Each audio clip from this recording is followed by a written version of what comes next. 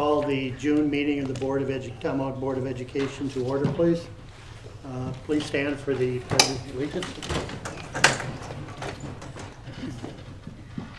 I pledge Allegiance to the flag of the United States of America and to the republic for which it stands, one nation, under God, indivisible, with liberty and justice for all.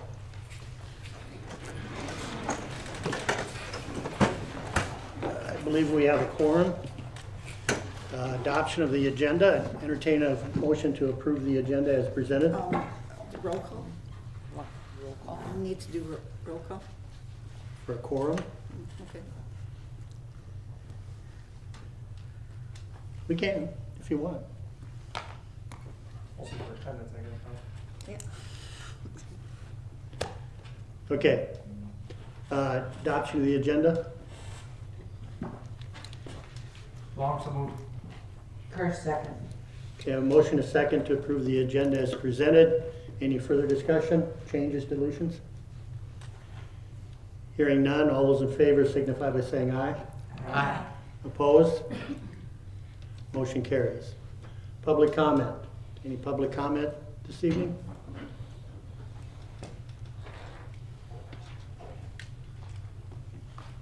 My name is Regan Kobachek, and I urge the school board to put on next month's agenda the plan on securing the safety of all at the schools, as this is following the school shootings in Texas and elsewhere.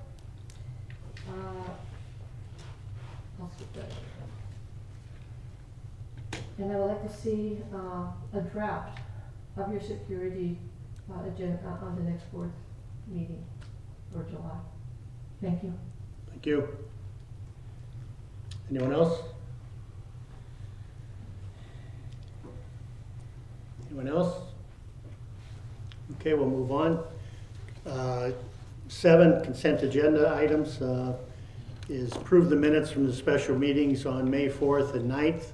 Approve the minutes from the regular meeting on May 10th. Approve the minutes from the closed sessions on May 4th, 9th, and 10th. Approve the minutes from the finance meeting on May 10th. Approve the invoices from May 11th to June 14th.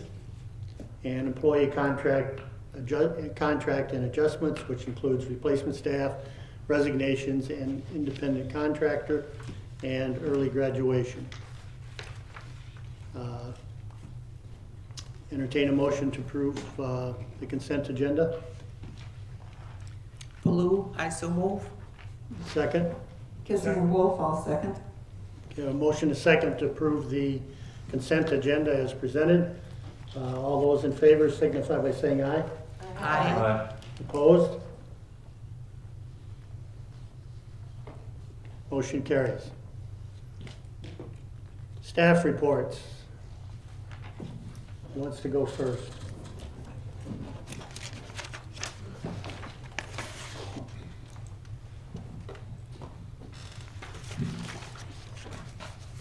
So I don't have too much in addition to my written report, but I did want to add one thing. We did have recently found out that we had 4 students committed to Upward Bound. So every year about this time, I always find out what our committed, how many actually committed to it, and so this year's 4. We've in the past had upwards of 9, but 4 is a good number for this group. So other than that, was there any questions or anything in the written report? Any questions for Wendell? Okay, could you refresh my mind on Upward Bound? Sure. So Upward Bound is sponsored by UWSP. It's a program where students engage in summertime activities. It's fairly extensive. They actually stay on campus. So each year they send representatives to present to our 8th grade. And then as students get into high school, they'll participate in this each year. And basically what they're guaranteed is acceptance. If they go through the program, they will be accepted into a 4-year program at UWSP upon completion. So Okay, is there any credit given? I don't believe so. Okay, But I can't quote me on that, but I don't. okay, thank you. Yeah. And doesn't it progress? They keep going every year, they get a couple more weeks. They go 1 week the first year and then a couple weeks the next Yeah. year and that type of thing. Yeah. And it just introduces them to college life. There's stipulations on being accepted into the program, but it just prepares them for the rigor of what they're gonna experience being out on their own and being an independent learner in a college environment. Good. Any other questions? Thank you. Thanks.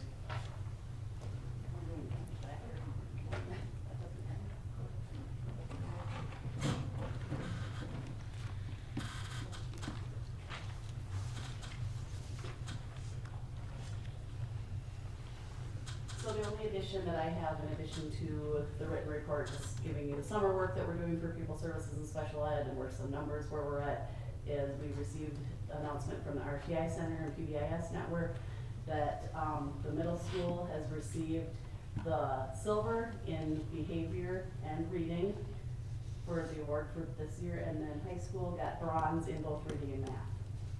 So that was a good time for those buildings, so it's great news. Did elementary qualify? They did not this year. Okay. Are any staff doing the mental health first aid training? Did you know? We've not, we sent it out, but nobody has signed up for it. Okay, We used to do it in-house, but yeah, there's not been any signed up, okay. but I know. Any other questions? Wendy, I have a question about your 41 initial evaluations. Yep. Do you have a breakdown of that, like the grades for the ages of those students? No, that was just district-wide. I can break it down for you if if people want to see. Just wondering, is this a lot of move-ins? Is this? That's about the average. So typically we have more at elementary, and then as we get older, because usually they're identified younger rather than later, but we did have a handful of middle school, high school. I think we have maybe one initial high school and 2 or 3 initial middle school, and the rest would be elementary. I mean, those are within 1 or 2. But primarily, we had 36 or 35. I have that here. Let me look at it. I can tell you how many we found through our child find, which is through doctors, teachers, parents reporting. We had 34 through child find that were referred, and then 20 of those were initial evaluations. So 20 would be through child find, 2 or 3 at the middle school, 1 or 2 at the high school, and then the rest would be elementary. So Thank you. at least half is like our youngest learners. Do you have any idea of the number of homeless students? Do we have any count on those? Is it going up? We Is do, it but I going don't down? have it with me tonight, but I can get it for you for next time. Do you know if it's going up or going down or? It stays about the same. Okay, And the majority of those are like living with relative, one's Mhm. not like living out of cars or things like that. It's more transient, like where they'll stay with one friend or family member and then move to a different one. mhm. Okay. Anyone else?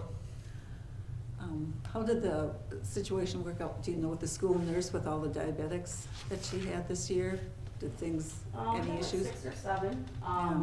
We just met and went over some like care plans and best practice through DPI resources and national resources, and looked through to prioritize like what she needs to focus on, things that office staff can do, things that we can train teachers on, making sure that classroom staff, paraprofessionals, any staff that come in contact have any training that they need prior to the start of school year so that they can identify and help with that too. And we've also, when we also started talking about making sure that staff has the opportunity to be first aid and CPR trained if they would like to. So during COVID, we did it with Marion, and anybody that wanted to, when people had all those, not off days, but where they were Mhm. in the building, they could do that. So we're gonna offer that again this summer, along with coaching staff, to give any staff that would like to be trained in those areas the opportunity to do that. Great, So prior to start of school. thank you. Thank you.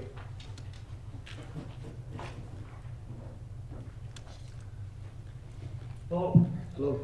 Just want to take a little bit of time to communicate some information at the end of the year events and activities that we had to highly involve our community, and I really wanted to extend a thank you to all of our different community partners who financially contribute to our students' future and their further education through the scholarship program. So you can see that I noted in local scholarships alone, over $130,000 was distributed to our class of 2022. And I think that's just a great example of how our community really values students and their education, their future, and wherever that may lead them, they want to support them in that pathway. So obviously that's not the total amount, but local scholarships alone, that's a pretty large number. And so I just wanted to highlight that, and again, thank all of our community members who contributed to that program and supported our students in that manner. The other thing I definitely wanted to do was thank all the various groups that were involved in conducting the graduation ceremony. And so obviously there's our guidance department, maintenance, student groups such as NHS, all the different kinds of music departments, whatever it might be. It's a lot of different people working together and a lot of coordination that goes on for a couple of months leading up to the graduation ceremony. Things always come together really well for our families and our students. So just want to thank all those people for their efforts each year, putting on something that we can connect with our students and celebrate their successes and bring that forth to the community as well. So wanted to thank all those different groups.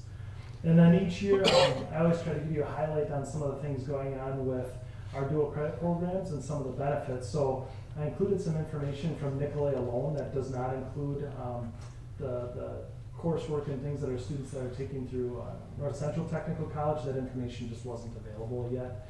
But you can see that our students taking dual credit courses through Nicolet saved a total tuition of almost $50,000 this year.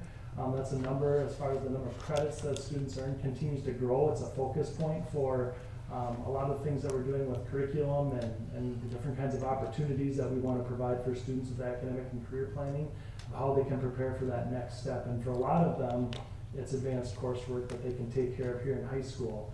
The great thing about dual credit is it doesn't cost our student anything. It's that partnership that's going on with the technical college where they can get that jump start where they're in high school credit and college credit at the same time. And I throw out that there's other opportunities as well through, for example, like our Project Lead the Way pre-engineering program, where those students earn dual credits, our advanced placement courses. All those things come together to give a lot of students those benefits that they can use later on when they leave high school. So I'll continue to revisit those bits of information with you, but that's something that we're really working hard. Maybe just one other thing to mention is in the past, a lot of these dual credit courses would come through courses that are more career focused. So for example, welding or some kind of a technical program, an area that we've really been able to expand upon because our teachers are supporting it through their further training is coursework in the core areas. So for example, psychology, and we're looking at trying to do more things in English and mathematics. So we just want to continue to build upon that for our students, and you can see the benefits in the form of dollars and credits that'll save them later. Any questions about anything? I have one, Ryan. I think it's great you're doing that and expanding on it. Is there, I would believe, a certification process for the teachers? There is. It can get pretty extensive, but ultimately, in a lot of our technical areas, they can work directly with the staff at the technical college to go through different types of professional development to certify them so they can teach the course at the same level as the technical colleges. When it comes to coursework, that would be in what we call the core: math, science, English, social studies. There's a few additional requirements that make it a little more difficult dealing with some credits towards a master's degree in the exact subject area, which is not as common for high school teachers. So we've been fortunate where teachers are willing and able to continue with that coursework, for example, on a master's in math, so that they can meet the Higher Learning Commission credentials. So again, those things don't happen if teachers aren't seeing the value in it for students and wanting to go that extra step to earn those credentials. So I'm assuming there's a cost to the teacher? There is, to do it? but we've been able to take advantage of some state programs as well that you might see through your board work, where right now there's some funding available for teachers that are getting credentialed to teach dual credit classes. Okay. They can get a reimbursement through that state program for their tuition costs. So we've had a teacher take advantage of that program, and I don't want to give you the wrong number, but it was in the ballpark of 2/3 of their master's degree was covered through that grant program for the state of Wisconsin. Okay. Great. So please continue to support that because we see it here with Absolutely. our students. Yeah. Very nice. How many students you say 326 credits, about how many students would you say is there, and is it mainly seniors or Through, no, it's various ages, primarily juniors and seniors by the time you get to those courses, but some are a little bit younger. But I think Nicolay has roughly 90 students or 100 Tomahawk students that were involved in the dual credit classes. And do you have any idea how many for NTC? This is just a wild guess, maybe 50, 50, okay. something like that. How much does it cost the school for each of these? Because we have to pay for those credits, don't we? No. We don't, okay. No, it Just doesn't cost wanted- the school district anything, it's just a partnership with our Okay. technical colleges. So I noticed with a career tech ed presentation, there's like a collaboration with like Milwaukee School of Engineering. Correct. Is that part of that dual That credit? would be with our Project Lead the Way engineering program. They're directly associated with Milwaukee School of Engineering. And then the state of Wisconsin and the Wisconsin Technical College System has an agreement with MSOE of how those credits would transfer into programs at the various Mhm. Wisconsin institutions, the public sector, the public schools. Okay, thank you. Mhm. It's great. Yes. Yeah, Ryan, it's been a while since I've dealt with the dual credits, but those credits only apply to, other than what you just talked about, will only apply to the state system? I wouldn't For say example, does it it's- apply to private schools? Will they apply to, I don't think they apply out of state though, do they? Well, it depends on, I guess it's not a simple answer. Yeah, When it comes to the agreements within the Wisconsin system, the credits will transfer. right, Once it goes out of the Wisconsin system, that's where it'd be up to an individual agreement with, depending on where the school is. Like, there tends to be more that'll transfer into the Minnesota state program. Right. because of the- Reciprocity could. Correct, correct. It's not a simple answer, but you can look it up. But within the Wisconsin system of four-year universities and technical college systems, they transfer. right, Yeah. okay. That's what I thought it was, but I couldn't remember. Yeah. It's been a while. And the rules change on that quite a bit, but they're going in a very positive direction. It's all about promoting our students being able to get that jump start on their future. Mhm. Sure. Excellent for our kids. Excellent. Thank you. Anyone else? Okay, thanks, Ryan.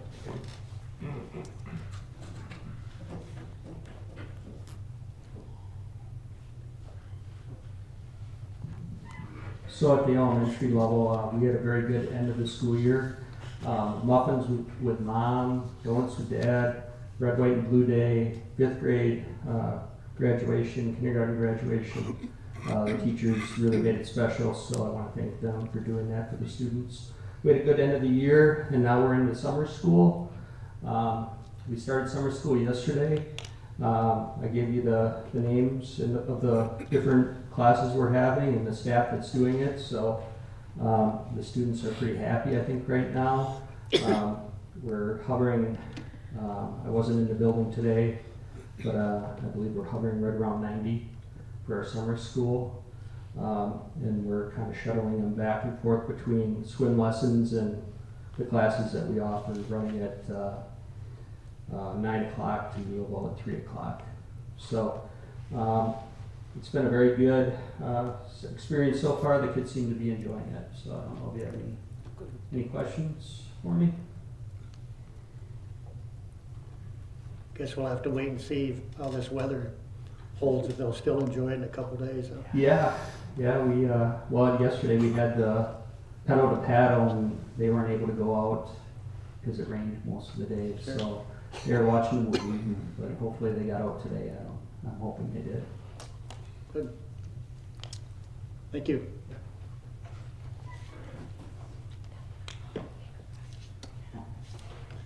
Anyone else?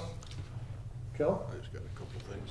Yes, thank you, and I just had a couple things, and then I want to just go a little bit further if I could, but staffing-wise, there were 11 vacancies in the district all throughout the spring, and 7 have been filled, and there's still currently, I believe, 4 that are open, and this idea of staffing is getting to be fairly serious because there just aren't the applicants, and I know that's been noted here before, just aren't the applicants for positions that there used to be.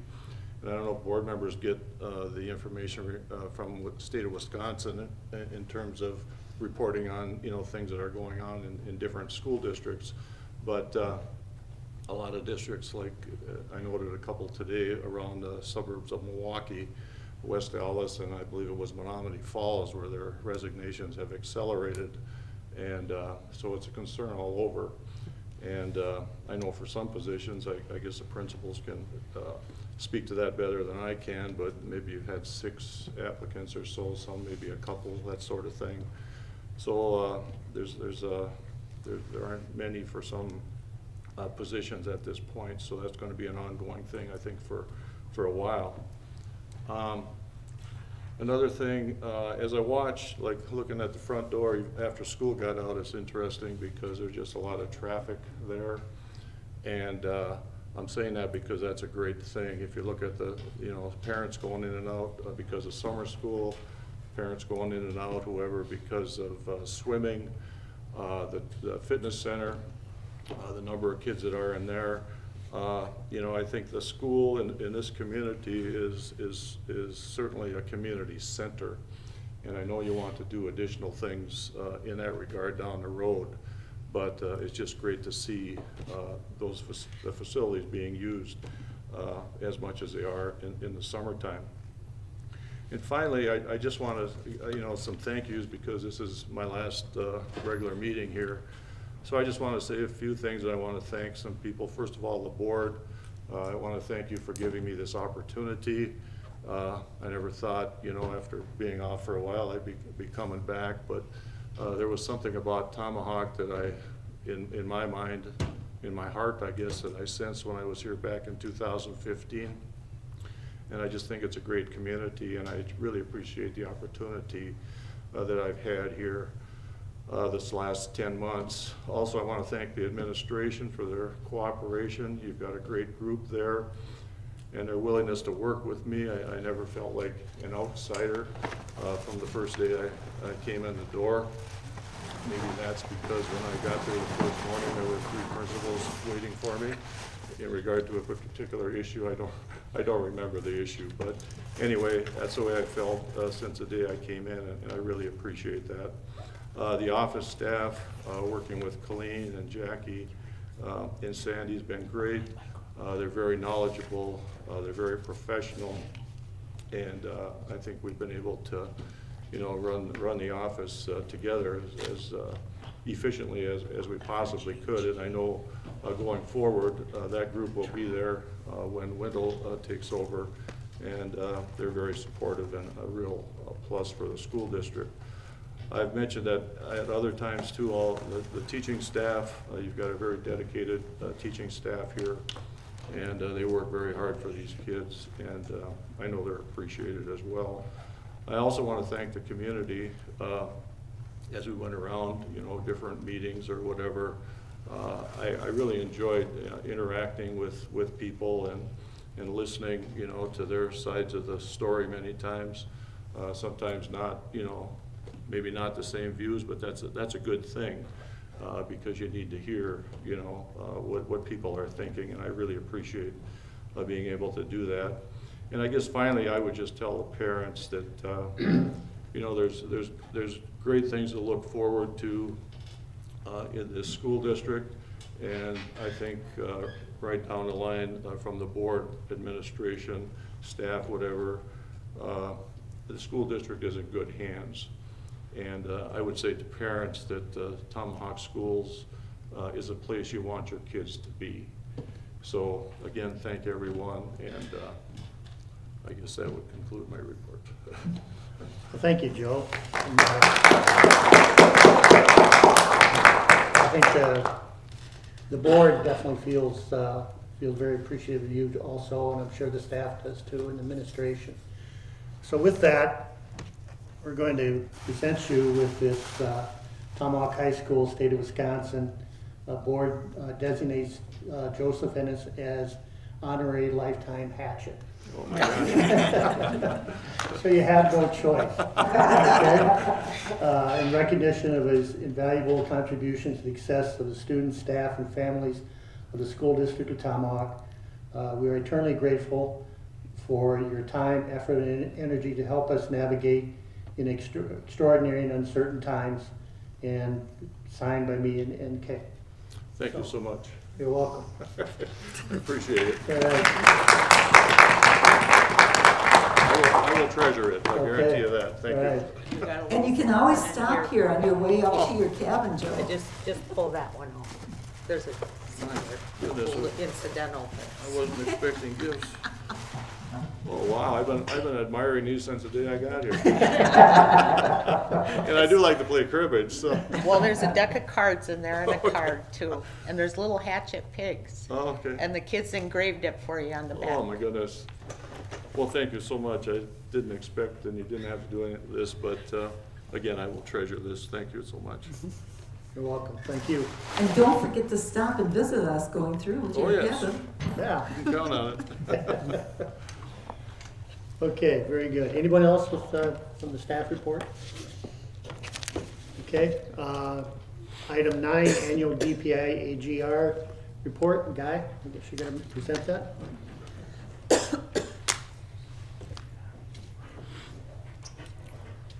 So we do the AGR report twice. I did it back in February, and this is the second time I report. The teachers give me the information to put on this report. And as I was putting the report together, I had a conversation with the second and third grade teams, and then and the kindergarten team. And the thing I noticed with those conversations, and then what I did not talk to the first grade team, but I noticed that they put on, you know, what areas they're already looking at for improvement over some of the things they want to do next year with the help of the interventionists. So I feel like I was really happy to see that those teams coming together and working towards the students getting better. With the second and third grade teams, they weren't pleased with their data for the spring. They thought that their students would have done better. I guess that's a good feeling to have. I didn't see a real issue with their data, but I was happy to hear that they're looking at strategies and ways to improve. So I don't know if you have any questions for me tonight about the information I have for you. Well, I guess that most of you have probably heard me enough times say that my goal is always continuous improvement. So it's nice to hear that they're looking to ways to try to make things better too. So I appreciate that. Yeah. Anyone else? Comment? Thanks, Guy. Yeah. And the library board report, Paula?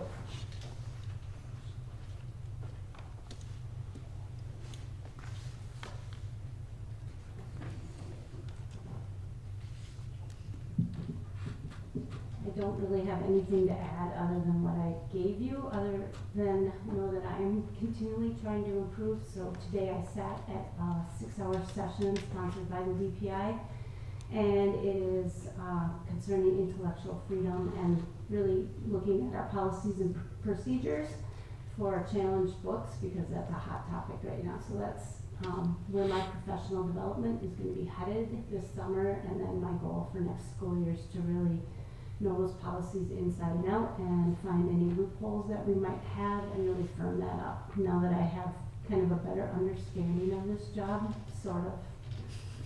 Not really, but I'll fake it till I make it. No. I don't want to bore you with all the details. I could have given you tons of data, but I wanted to pull like the major things as far as my professional or the growth plan for the library board plan.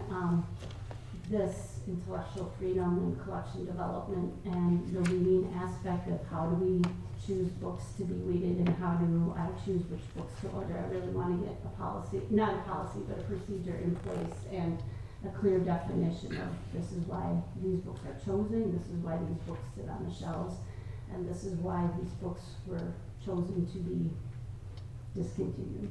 So that's the goal I have in place for the next couple of years. As far as circulation, it's on a rebound after last year, so that's always a good thing to see. Any questions for Paula? Paula, I have a question. With your enrichment days, do the kids, can anybody who wants to come in and sew or play cribbage do that? Or is it a recommendation by a teacher, or how do you pick those students? Okay, so just probably a good question to back up on is, why do I do some enrichment stuff in the library? There's a big movement or push in the library world for what's called a maker space. Well, given a 30-minute turnaround with elementary lessons, there's no time to have problem-solving STEAM enrichment activities. So that is why on Fridays, then that's when I do all my Battle of the Book meetings with my students and practicing for the questions and the tests. And then as far as the enrichment, at the high school level, I did it through FlexiSketch, where they would sign up, and it was just sign up there. At the middle school, it was, did they sign up on paper? I don't know how they did that. The classroom teachers kind of handled it, and we met on Tuesdays. So any Tuesday, any middle schooler that wanted to come, the first part of the year was the sewing stuff, and then once my cribbage boards got made from the tech ed department, then we were focused on cribbage.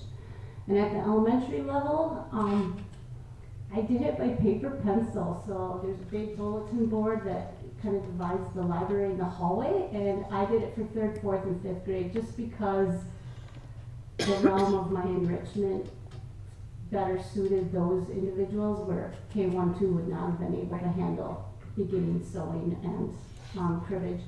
And so it was just strictly, I didn't announce it, anything, and I had 55 kids sign up for sewing and 40-some for cribbage. And it was just, they saw the sign-up sheet on a board, and it was old-fashioned, and I had a pencil with a, pencil there, and that's how they signed up. I tried not to choose based on ability, because I want the library to, the whole vision, my goal of the library is everybody is welcome. Are volunteers welcome? Absolutely. Okay. You're gonna take on one of the students? Yeah. And special programming with Kayla helps children. They don't ever get to go to a library. So once a month, if you saw the one slide, I would take library to them in her classroom and worked it out during her language arts enrichment time. So one time we did a breakout box, at their level, for Dr. Seuss week, and then one week, or the next month was learning how to code the robots, stuff that I would, my lower kids and all my other kids, and get enrichment in the library. But since they never get to come to a library really with a class or a group, I bring the library to them once a month, and that's been really successful. It's a very nice report that you Yes, had. I excellent. appreciate that. Yeah, I enjoyed it. Anyone else? Thank you. Okay, item 11, recommendation to commit $2.5 million for payment of future post-employment benefits. Joe, can you want to talk about that a little bit? Yes, this is something that the district needs to do, and what it is it's an estimate of health insurance benefits that the district will pay to current employees, but also or current retirees, but also future insurance for future employees as well. And this basically just shows the large amount of money that the district has to designate or will pay out for those particular things. And of course, the district has a fund balance, which is a large amount of money, but it's just kind of a reminder that a lot of that money is already designated for something. So in this case, the post-employment benefit is estimated to be $2,560,820, and the board should make a motion to designate that for those purposes, that amount of money. Any questions for Joe? No?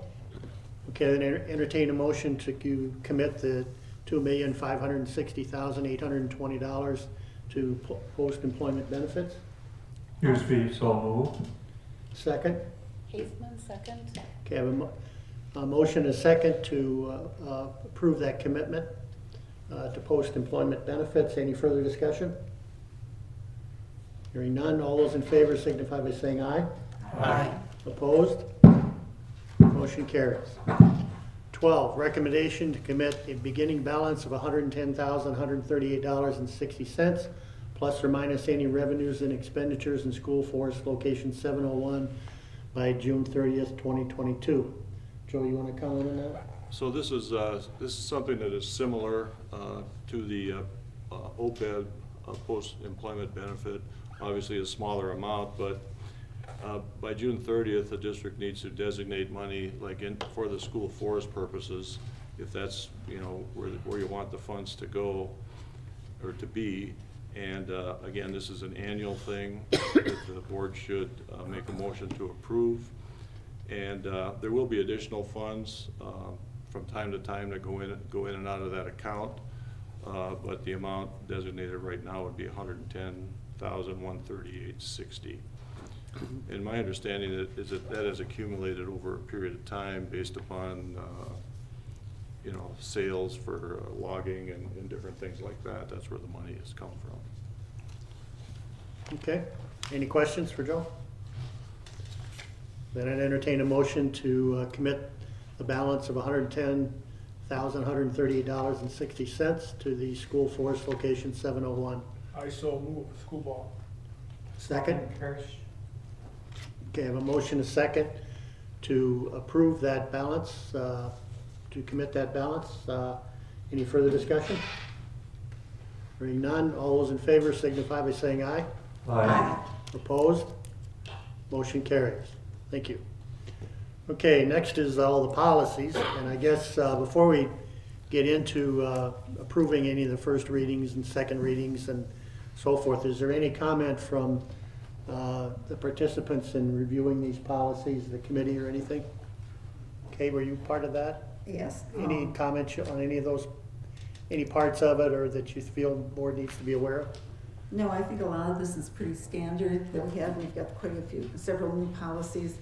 I do have one comment though on policy 15, under 15, policy G, policy 3160. It is missing a paragraph. And I've got that I brought that along. It just needs to match up with the other two that go along with that, 4160. But basically, it comes to us from, this is when Jeffrey and Bonnie were here and we reviewed all these policies and bringing them forward. We've got one more batch to go through in July, and then we'll be caught up with last year's policies. We have a few other things on the books. Okay. Yeah, I just would like to comment too. I said in my memo that this was a catch-up with all the policies, but I was reminded, and that actually, I believe the policy committee has gone through all those, but there'll be another batch coming to the board next month, and then that would catch up, I believe. Yeah. Seeing until Neola sends some more. So There's 20 policies in the next batch, and everybody should have access to that, so you don't have to wait until the Friday before, correct, Colleen?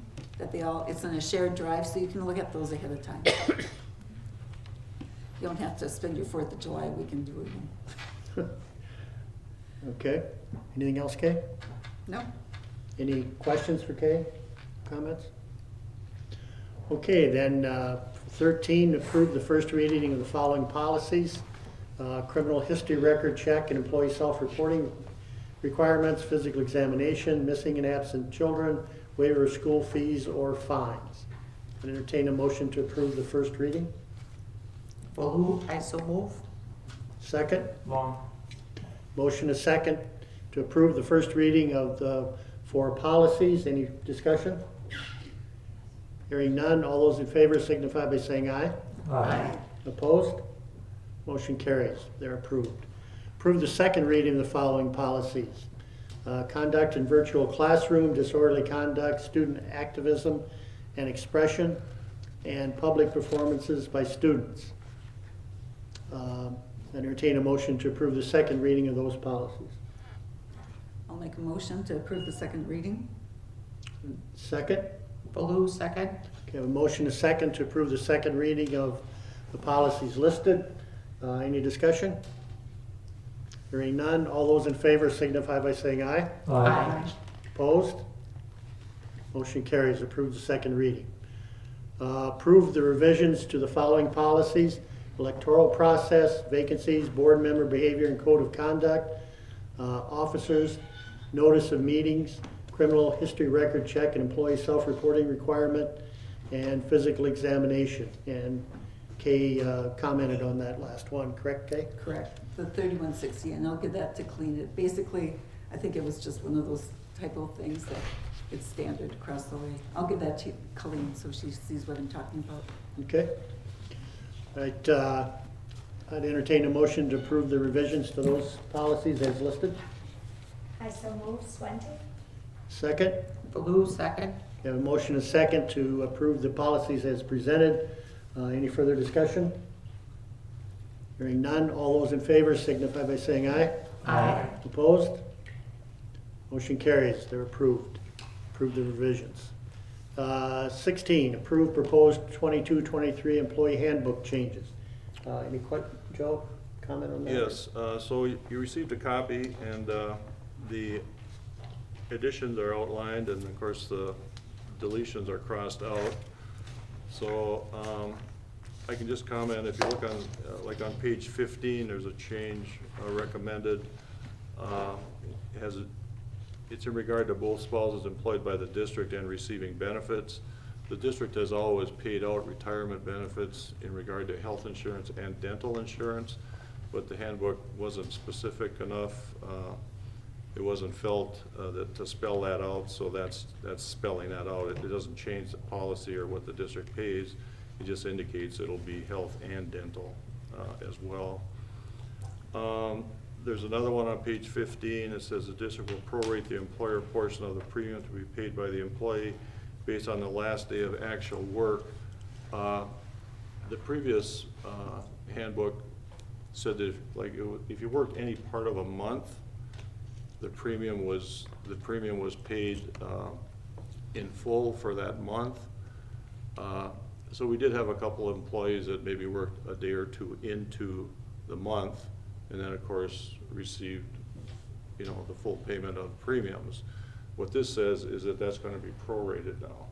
So if you work 5 days into the month, the district will pay for 5 days, but not pay beyond that for that particular month. So that's a clarification there, and a change as well.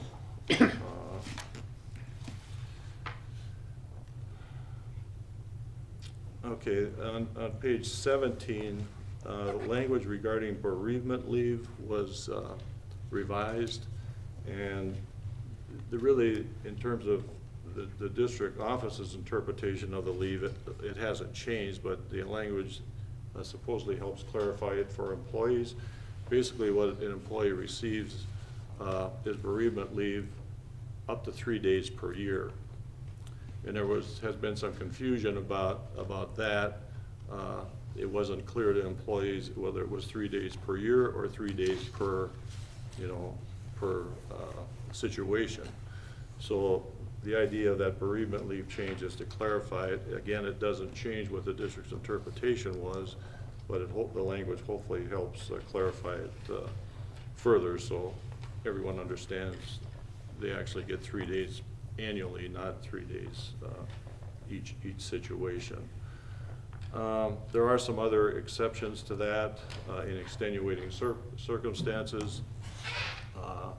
The district administrator can allow additional time, and there's language in there for that on page 18 to help clarify that as well. On page 19, there was a change. A lot of employees, not a lot, but some seem to request a lot of leave without pay. And as benefits are, part of an individual's contract, this is new language that would prorate the benefit based upon how many days of leave without pay one takes. So that would be a change, and that's on page 19. Page 23 just has the list of compliance officers for discrimination and harassment complaints and that sort of thing. Page 24 just lists various policies related to non-discrimination. That's an addition. Joe, on that page where you're talking about non-discrimination, I would recommend adding the 2 policies reporting to relating to the support staff for Okay. employee anti-harassment, and I've got these marked down too, 4362 and 4362.01. Those will match up with the professional ones, because they're both related to Okay, what were those again, those numbers? 4362, that'll match with the 3362, Okay, and the 4362.01. I've got this down, and I'll give this to you Okay. too.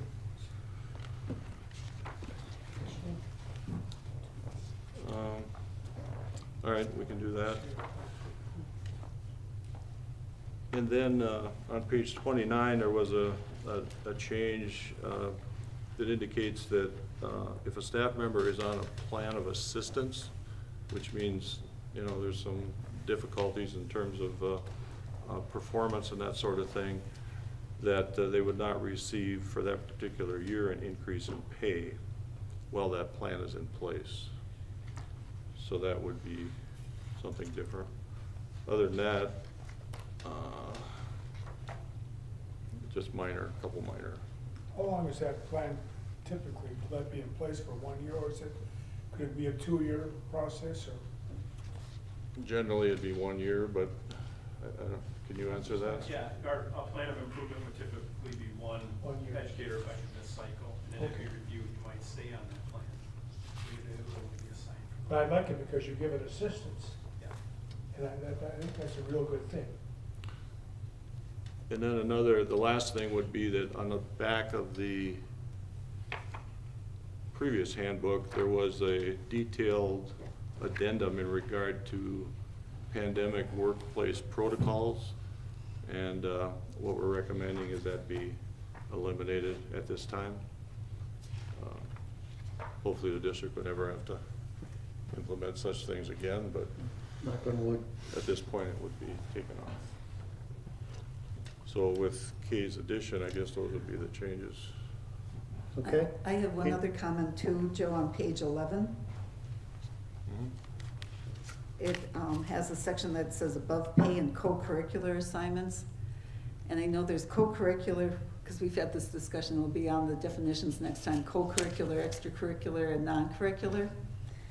And it refers to seeing the appendages, and I would recommend just probably calling it extracurricular, because the appendages are listed as athletic assignments and extracurricular, but you could combine those. And I've got these together in a note too for appendage D and E, I believe it is. Okay. I think the book is great the way you've got it put together. Those links that go through there. The only link that doesn't work, where it says return to table of contents, it doesn't go back to the beginning on the bottom of the pages, which would be nice. One of those glitches.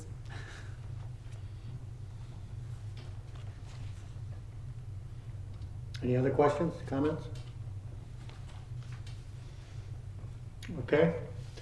Then I'd entertain a motion to approve the 22-23 employee handbook changes with the additions that Kay has presented. I so move. Second? Second, Swente. Okay, I have a motion and a second to approve the proposed 22-23 employee handbook changes with the additions that Kay presented. Any further discussion? Hearing none, all those in favor signify by saying aye. Aye. Opposed? Motion carries. Thank you. 17, approve restricted funds for Getting Kids Ahead grant. Joe? Yes, this is something that just came up here within the last month or so, where DPI distributed funds to school districts. It's called the Getting Kids Ahead grant. And the funds were distributed to districts based upon the size of the district. So Tomahawk received $25,157. And so rather than, you know, try and hurry up and spend the money by June 30th, so it doesn't impact state aids and those sorts of things, DPI is recommending that the district, by board action, put the funds in reserve. And by putting the funds in reserve, they wouldn't need to be spent until, I think it's December 31st of 2024. So obviously this gives the district lots of time to, you know, consider how to spend the funds.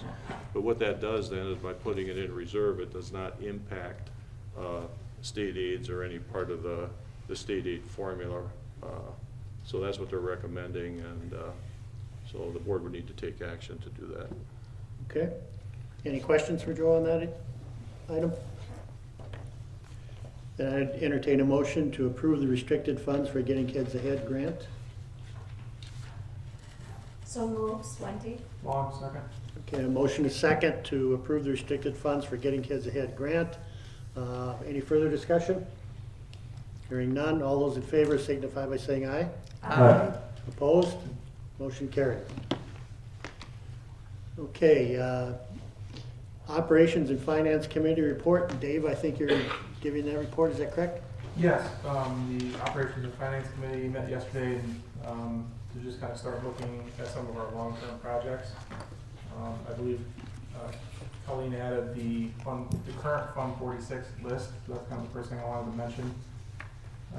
We discussed the fact that we have a Fund 46 right now that we're not necessarily utilizing because it basically, as I understand it, had to come to maturity before we could start designating funds for that. But in order to put funds into it and then spend funds from it, we have to have an updated Fund 46 list. So that's just something that the committee is going to continue to work on developing and make sure that we're maintaining an adequate Fund 46 list so that if we have things come up that we can spend money from that fund if we start moving money into it. So that was kind of topic number one to discuss. Do you have any other comments on that? Okay. The other question that came up during our meeting and something that I just wanted to bring to the board for discussion and, well, just discussion, frankly, is the fact that we certainly have an extensive list of outstanding capital projects that need to be dealt with. Arlen's going to work on putting together a prioritized list for us so that we don't have any unexpected failures of equipment, or we can try and mitigate those as much as possible. But the long and short of it is that we've got a lot of expenses, so we need to begin having a discussion to decide whether the board has an appetite for considering a capital referendum as well. I know obviously just coming off of a referendum, nobody really wants to discuss that because it was such a barrier getting it passed, but it is an important discussion that needs to happen. So basically I just want to start getting everybody's thoughts on the merits of even having a capital referendum anytime in the near future. Whoops, sorry. All right. If we were to put forth a capital referendum, what dollar figure would we be considering? We haven't gotten that far. Honestly, it was more just a decision or discussion right now on whether or not it should happen, period. And if we thought maybe it should, then we could go into further discussions about amounts and lengths and when and things like that. But I think what the committee, Ron, recognized is that the district will continue to need to have operational referendums in order to maintain existing academic programming and extracurricular, co-curricular activities, retain quality staff, and provide the students of this district with a superior education. Unfortunately, or I guess normally, we also have parking lots that need to be repaved. We need entire buildings whose windows need to be replaced. We have entire walls that need to be insulated. We have total revamping, if you look at your list, of the air handling system in the district and so on. And so the committee simply, as Dave has very accurately stated, the committee is recognizing that it's going to be very difficult to try to get these significant capital expenditures completed if in fact we continue to put them under an operational referendum, which, as we did just recently, was for the programming, the academic programming of the school district and its staff and so on. So I think the question that we're simply asking is, at this point, is not that we would have a referendum, but you know, does the board see, do we understand as a community and do we understand as a board that maintenance of our facilities is a requirement? We have, I think, I can't remember on the list, 7 roofs that need to be replaced. So I think it's extremely important that as a board, we begin to seriously think about if we're not going to in any way diminish the work we're doing on the academic side, how in fact are we going to accomplish these significant financial investments? Any comments, I know- questions? I know we had a report from Cross Anderson, you know, not that I recommend going with that, but we did have a priority list of projects, and I think you need to investigate that much further and identify what the priorities and probably bring that back. I would say we'd have to do much more education with the community before we even talk referendum. We've got to get that word out there for them to understand how this works. You know, where the referendum is going now. I am not ready to start a referendum. Are you, Deb? Well, I just feel when you bring up capital projects referendum, I just feel like I need more information. What were we able to do this past year? I think there were, what can we do with the approved operational budget? And it's unfortunate, you know, when you meet with Arlen and get a better sense of what we can and can't do. I know the needs are huge. I get that. Part of like the referendum messaging was, you know, some maintenance in there. So, and I think our stakeholders are in tune to that. I'm thinking like inflation and gas and things like that, but maintenance is huge with me. I'm passionate about it, so it's not that I'm not. But I feel I need more, there's more work to do before we go talking referendum. Especially after the state of this economy.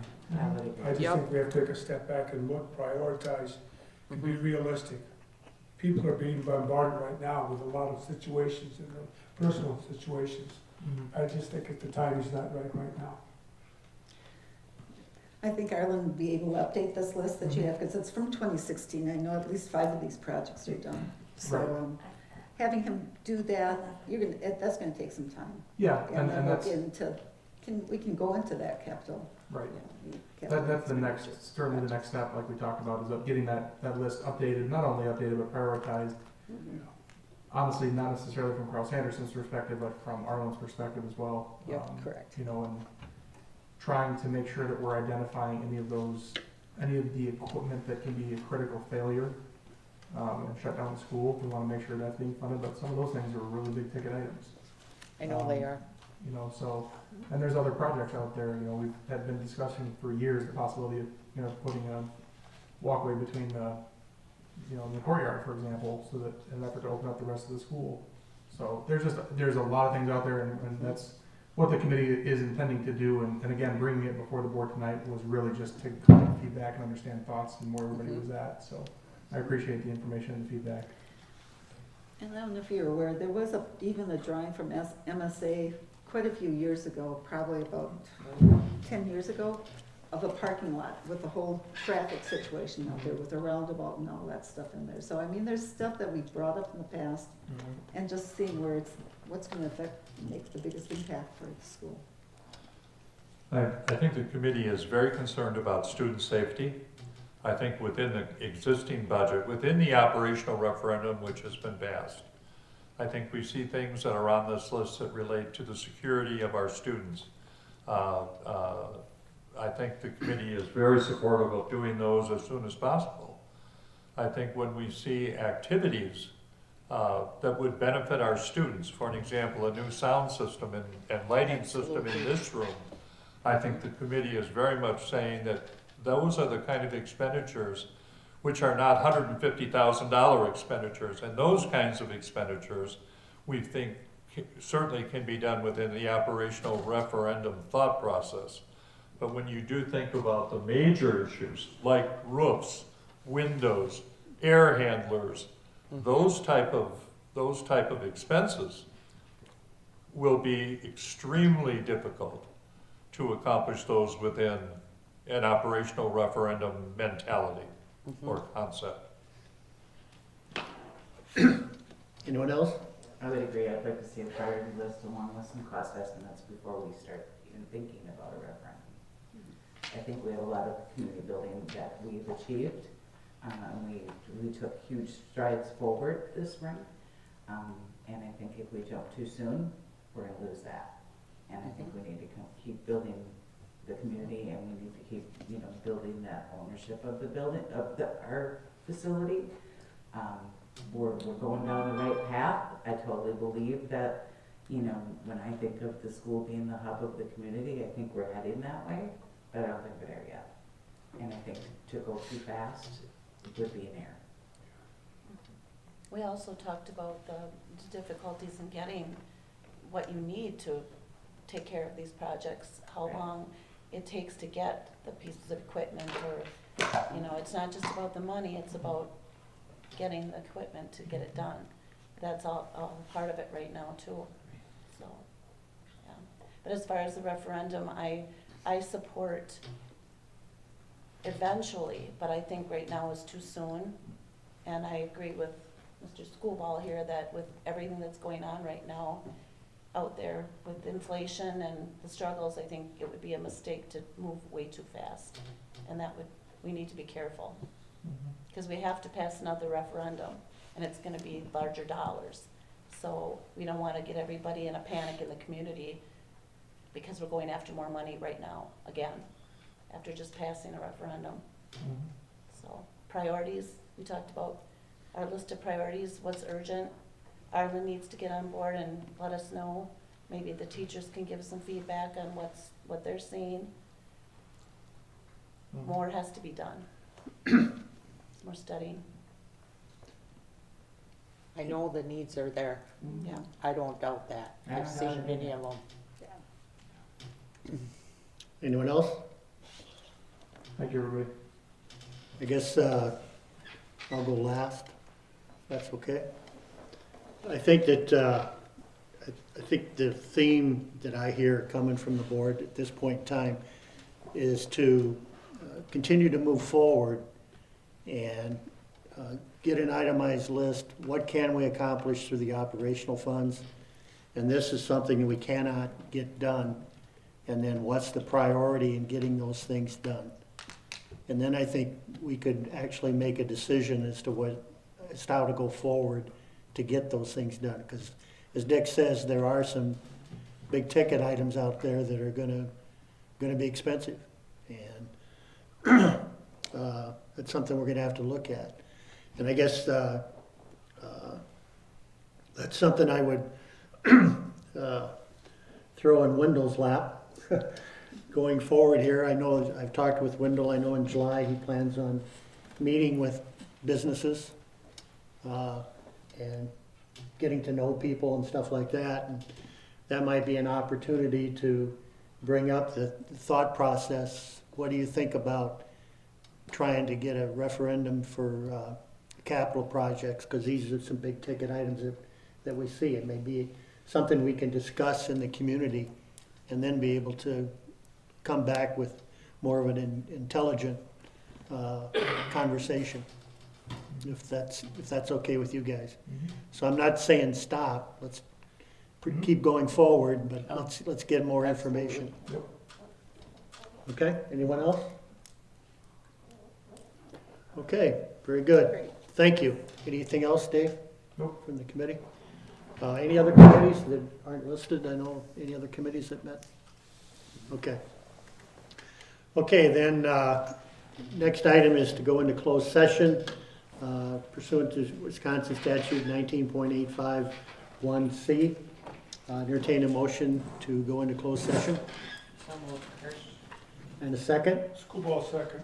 Okay, I have a motion and a second to go into closed session. Roll call, please. Colleen? Kirsch, Yes. Kissinger Wolf, Yes. Vaughn, Yes.